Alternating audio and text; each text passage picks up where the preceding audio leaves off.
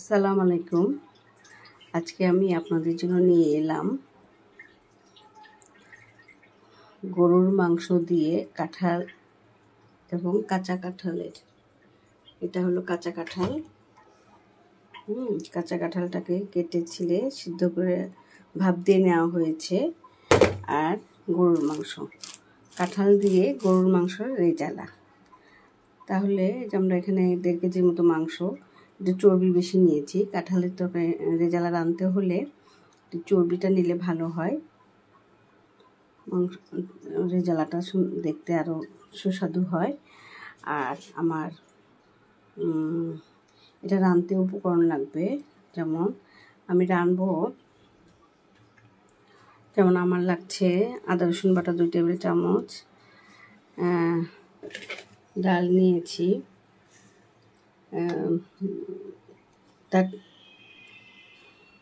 দারচিনি ডাল নিয়েছি 3টা, এলাচ নিয়েছি 3টা, আর কয়েকটা গোলমরিচ, তেজপাতা নিয়েছি 5-6টা। আর আমি এই রেজালাটা করব রাঁধুনি রেজালা মশলা দিয়ে। তো পুরো প্যাকেটটাই আমি দিব। তো চলুন কড়াইয়ে যাই। কড়াইয়ে গরম হয়ে গেছে, এখন সয়াবিন তেল দিয়ে দিলাম 1/2 কাপের মতো। এখানে দিব পেঁয়াজ কুচি। তেলটা গরম হলে পেঁয়াজ কুচি দিয়ে দিলাম 1/2 কাপের মতো।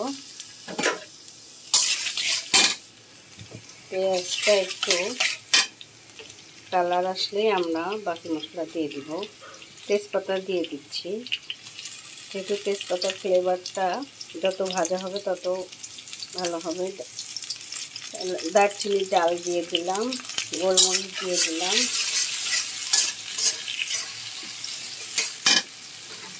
এবার দিয়ে দিব আদা রসুন বাটা, লবণ,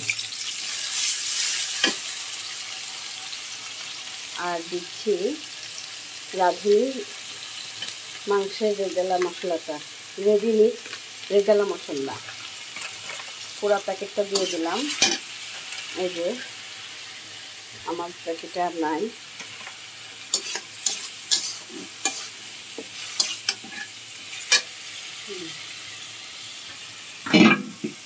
এখন মাংসগুলি দিয়ে দিব।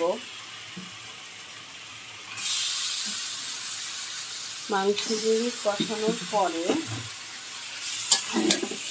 আমার মাংসটা যখন হাফ সিদ্ধ হয়ে আসবে তখন আমি কাঁঠালটা দিব। কাঁঠাল আর মাংস কষায়ে, ভালো মতো কষায়ে, পরিমাণ মতো ঝোল দিয়ে নামাবো। তো আমরা এখন কিছুক্ষণে মাংসটা কষাবো ভালো মতো। মোটামুটি কষানো হচ্ছে।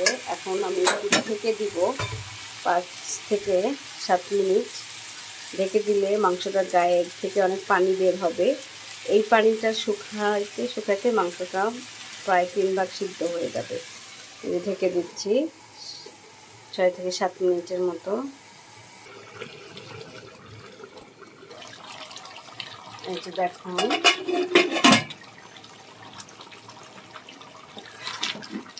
আমি এর মধ্যে 2 বার নেড়ে ঢেকে দিয়েছি।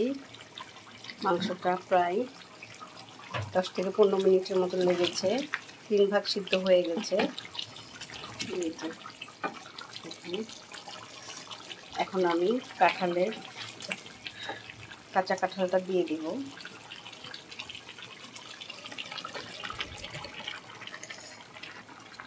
কাঁচা কাঁঠালের বিচিগুলাও অনেক টেস্ট হবে মাংসের সাথে, খুবই মজা লাগে। যারা এটা খায় তারা জানে।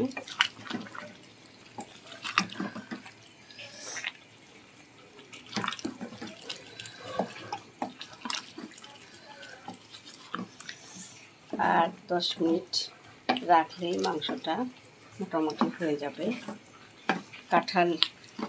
গরুর মাংসের কাঁঠালের রেজালা, যে যেটাই বলেন আর কি।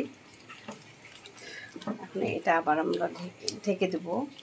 আর এটার ঝোল থাকবে না, মাখা মাখা মাংস আর কাঁঠাল মাখা মাখা থাকবে। তো আমি আবার ঢেকে দিব, 10-15 মিনিট রাখবো।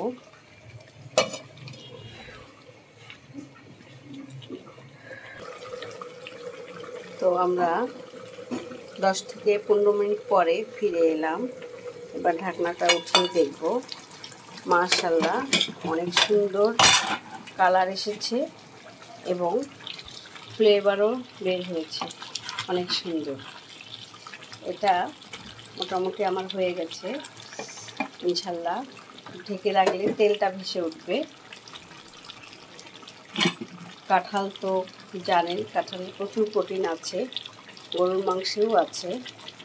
তো একঘেয়েমি রেজেলা খেতে খেতে যাদের আর ভালো লাগে না, তখন একটু ভিন্নতা আনার জন্য অবশ্যই আপনারা কাঁঠাল দিয়ে গরুর মাংস রেজালা বাসায় রান্না করে করবেন, চেষ্টা করবেন। তো আজকের মতো আল্লাহ হাফেজ।